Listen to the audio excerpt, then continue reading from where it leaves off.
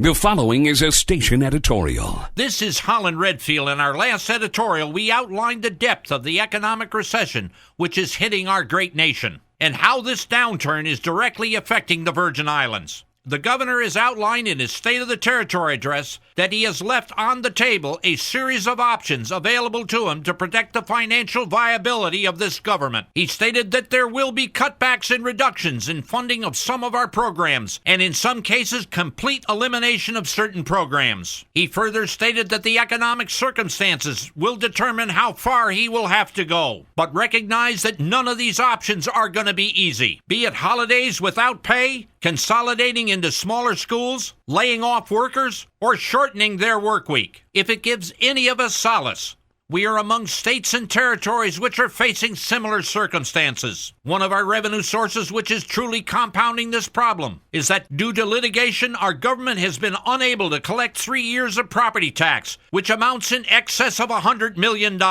One cannot even imagine the financial strain this will cause, particularly someday we're going to have to catch up, each and every one of us property owners. Now let's look to the brighter side. President Obama now signed a stimulus package, and hopefully the government of the Virgin Islands will temper expectations with reality. We commend Governor John P. D. Young and the delegate to Congress, Donna Christensen, for their mutual cooperation in this effort. When the dust finally begins to settle, it appears we will receive some $244 million in formula grants, which will include direct reimbursements by the United States Treasury to the tax portion of the stimulus package. This does not include competitive grants, which could bring even more desperately needed resources to our beleaguered economy. The big question on the capital improvement side of the stimulus package, as well as the infrastructure enhancements, is will we be able to meet these deadlines set forth in the legislation that mandates that within 120 days the government identify these projects, and within 180 days we are shovel ready to start moving them. President Obama clearly stated, we must use them or lose them. We keep stressing this issue because we know that when the feds mandate these timelines, they will not accept excuses.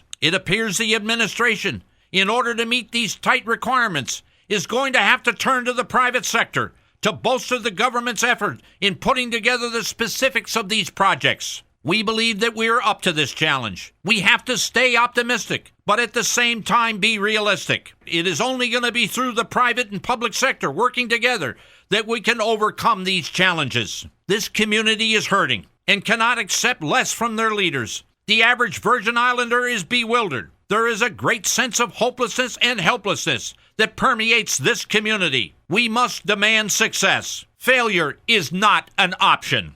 Please email your comments to our editorial department. Our email address is editorial@viradio.com. Please include your name and other contact information.